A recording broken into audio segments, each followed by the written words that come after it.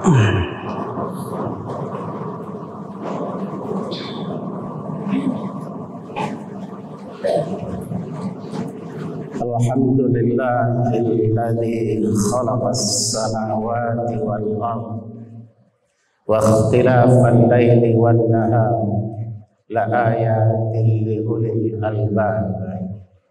Ashhadu an la ilaha illallah wahdahu la syarikalah wa ashhadu anna Muhammadan abduhu wa rasuluh.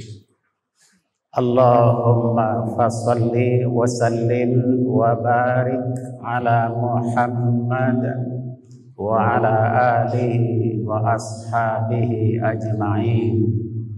Amma ba'd, fa ya ibadallah, usikum wa iyaya bitaqwallah, faqad fazal muttaqun.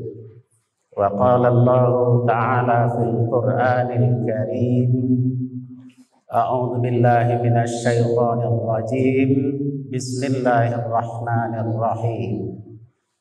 Inna fi khalqis samawati wal ardi wa ikhtilafil laili wan nahar la ayatin li ulil albab. Alladzina yadhkuruna Allaha qiyaman wa qu'udan wa 'ala junubihim wa yatafakkaruna fi khalqis samawati wal ardh. Rabbana ma khalaqta hadza batila subhanaka faqina adzabannar. Shadaqallahul azim. Bapak-bapak, saudara kaum muslimin, jamaah Jumat yang dirahmati Allah, mari kita selalu meningkatkan rasa syukur dan puji kita kepada Allah Subhanahu wa ta'ala. Kita bandingkan nikmat yang ada di samping kita, dilimpahkan oleh Allah kepada kita, dengan saudara-saudara kita yang pada saat bersamaan hari ini berbagai bentuk musibah dan bencana yang digilirkan oleh Allah Subhanahu wa ta'ala kepada mereka.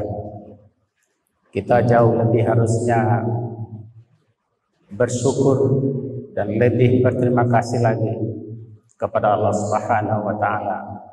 Kita bisa hadir di masjid yang kita cintai ini dalam keadaan sehat walafiat.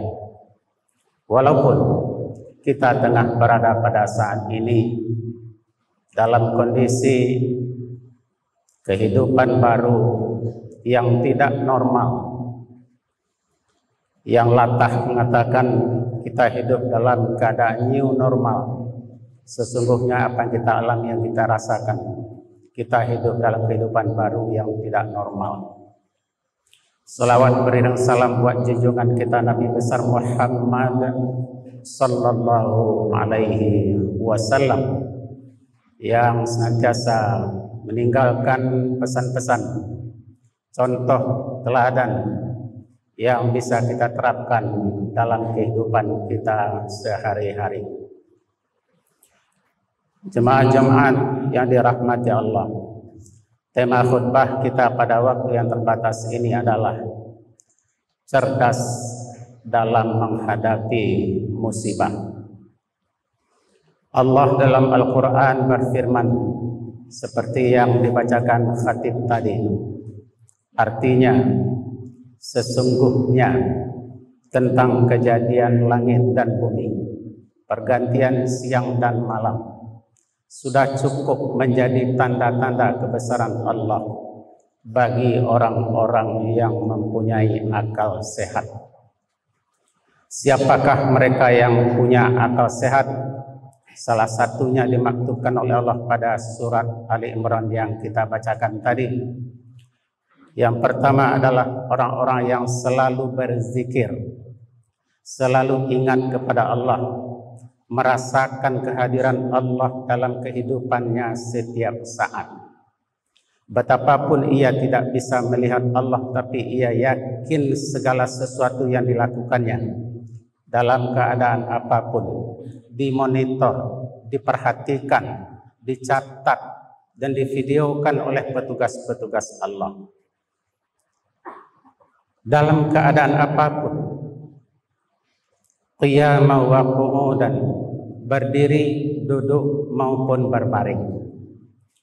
Yang kedua, orang-orang yang dianggap punya akal sehat dan cerdas oleh Allah, orang yang selalu menggunakan pikiran, akal yang ditunjang dengan panca indera yang diberikan oleh Allah. Itu digunakannya semua untuk mengamati segala ciptaan Allah. Ciptaan Allah ini adalah media yang bisa mengantarkannya, memastikan bisa menerima bahwa Allah itu ada.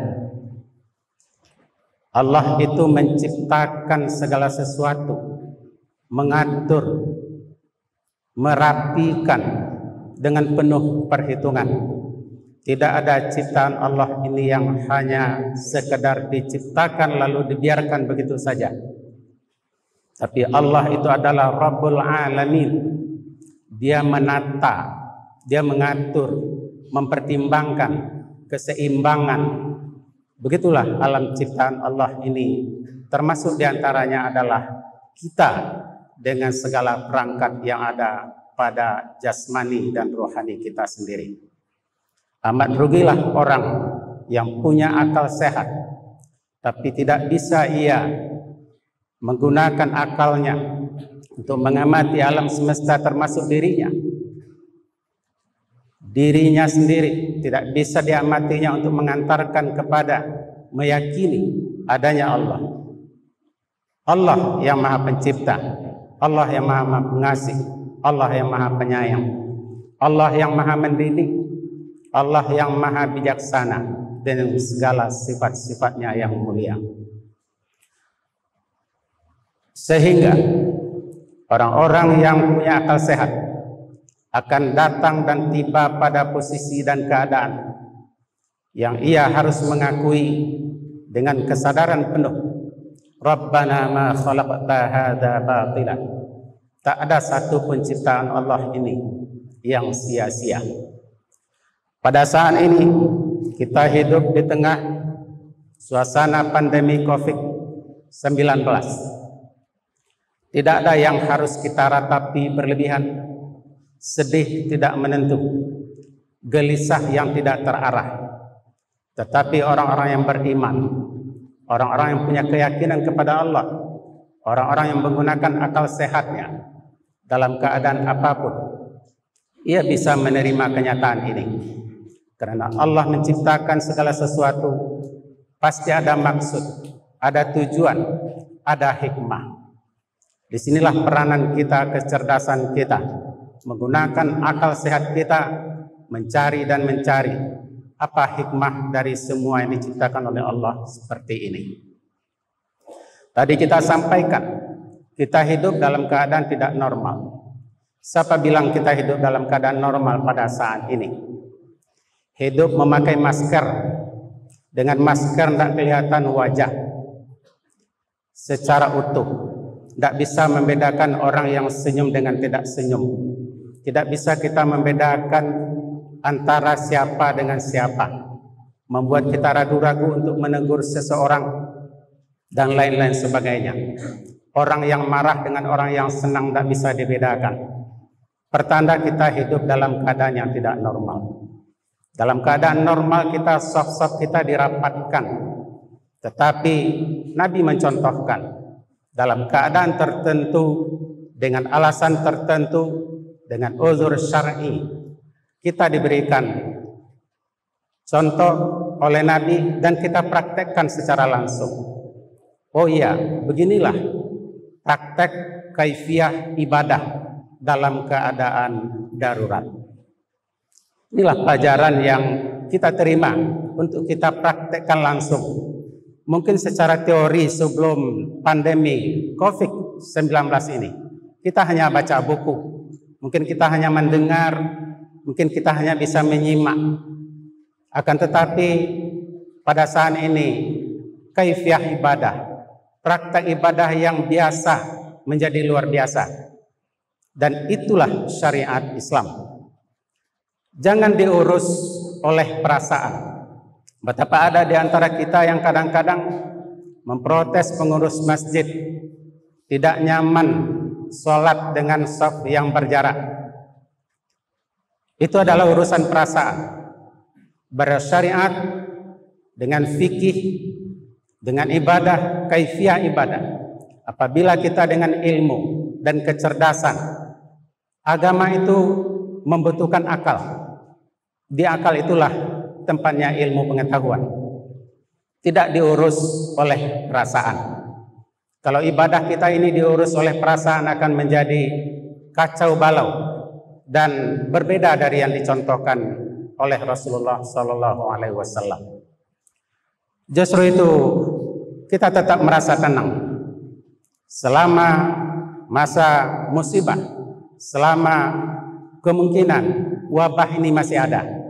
Kita diizinkan untuk tidak merapatkan shaf karena untuk kepentingan yang lebih besar, menjaga kesehatan. Di balik kesehatan itu ada ancaman-ancaman kematian dan lain-lain sebagainya.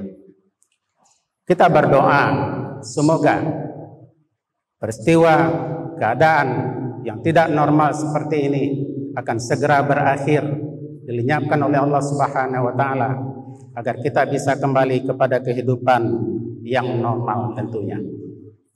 Disinilah kita bisa mengambil peran. Pelajaran terlain adalah di waktu kita kemarin dilarang untuk hadir di masjid, melaksanakan sholat 5 waktu berjamaah, menghindari kerumunan. Dilarang kita untuk pergi sholat Jumat berjamaah ke masjid. Kita harus sholat di rumah. Apa pelajaran terbesar yang bisa kita ambil? Di rumah kita bisa hadir lebih banyak waktu, lebih banyak kesempatan bersama keluarga inti. Orang tua lebih banyak harus memberikan contoh teladan secara langsung.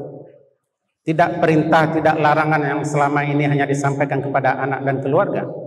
Tapi orang tua merapatkan barisan harus hadir di rumah bersama anak-anak dan cucunya. Sholat berjamaah harian, sholat berjamaah tarawih, dan lain-lain sebagainya. Betapa banyak orang tua yang juga berterima kasih dan bersyukur. Kalau tidak ada pandemi COVID-19, saya tidak sempat belajar menjadi imam sholat. Saya tidak sempat untuk menambah hafalan-hafalan ayat Al-Quran. Saya mengeluarkan air mata karena sempat mendengarkan anak saya menjadi imam. Betapa hikmah yang diciptakan oleh Allah. Kalau itu tidak ada sama sekali, anak-anak yang sudah balik tentu tidak ada kesempatan bagi orang tua yang mendengarkan kemampuan anaknya. Itulah di antara lain hikmah-hikmah yang perlu kita ambil. Pada kesempatan ini Allah menciptakan suasana seperti ini. Mari kita tanamkan rasa berbagi, karena akibat dari COVID-19 ini memberikan dampak yang luar biasa. Bukan hanya faktor dan aspek kesehatan, ekonomi, sosial, keadaan masyarakat kita yang terpuruk secara ekonomi, usaha-usaha yang tidak bisa berjalan secara normal, tentu membutuhkan perhatian dari kita bersama untuk saling membantu dan berbagi. Datanglah pada saatnya kita diajak berkurban. Tinggal beberapa hari ke depan. Kurban hanya sejumlah kecil dari bahagian rezeki yang diberikan oleh Allah kepada kita. Mudah-mudahan kurban yang kita berikan dengan ikhlas akan mendidik jiwa kita, diri kita, pribadi kita, keluarga kita ke depan untuk menjadi orang yang selalu menerapkan nilai-nilai korban itu. Senang memberi, suka membantu, peduli kepada orang lain. Khairukum anfa'ukum linnas. Ukuran baik seseorang tidak diukur dengan segala sesuatu apapun, kecuali diukur seberapa banyak ia bisa berbagi kepada orang lain. Itulah ukuran kebaikan yang diajarkan oleh Nabi kita Sallallahu Alaihi Wasallam. Mudah-mudahan nilai korban yang kita lakukan bagi yang mampu dan diberikan rezeki lebih oleh Allah akan bisa melestarikan dan melanjutkan nilai-nilai itu setelah hari raya Kurban itu sendiri sampai datang tahun hari raya Kurban yang akan datang. Mudah-mudahan singkat ini bisa memberi manfaat kepada kita bersama. Barakallahu li wa lakum fil Qur'anil Karim wa nafa'ani wa iyyakum bima fihi minal ayat